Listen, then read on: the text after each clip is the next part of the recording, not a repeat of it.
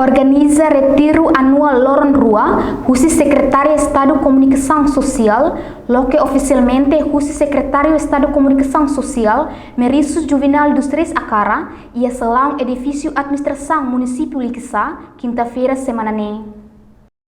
Secretária de Estado de Comunicação Social, Meriço Juvenal dos Três Acara, hatete avaliação importante tebes, atubele hatene progresso no problema durante implementação do programa CIRA.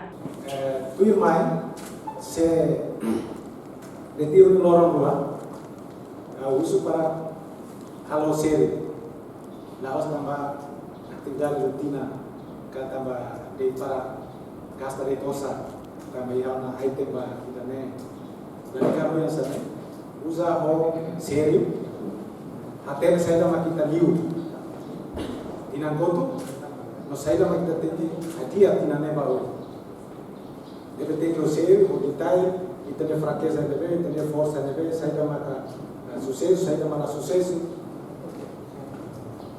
e o liu tenia representante ulung ukma agora pindah dia narapa anapma sira se ajuda ainda atu dia pois orçamento base do programa né ele funciona então tina lema tina de implementação orçamento base do programa tina de implementação ele oscila sira na você explica mais tá se dia ita kita tu di belakang lebih atau akhirnya kita meta sira wisa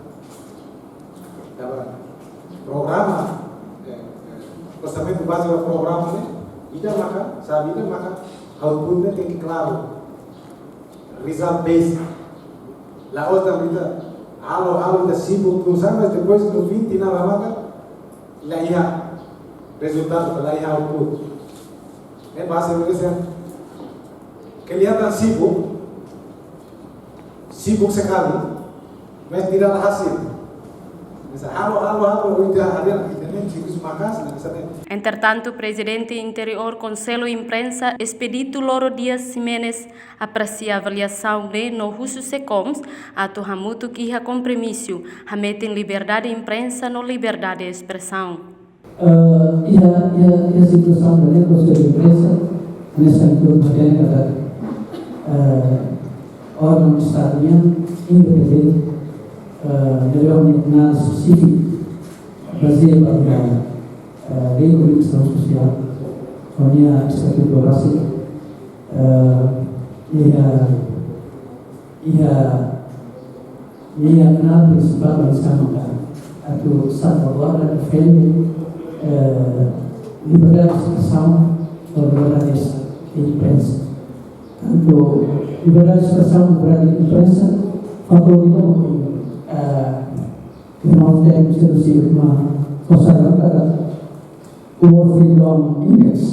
Vemos se tinha para linha tudo melhoramento do dia 96, 86, 75 e aos 20 teve a situação de index aos 71.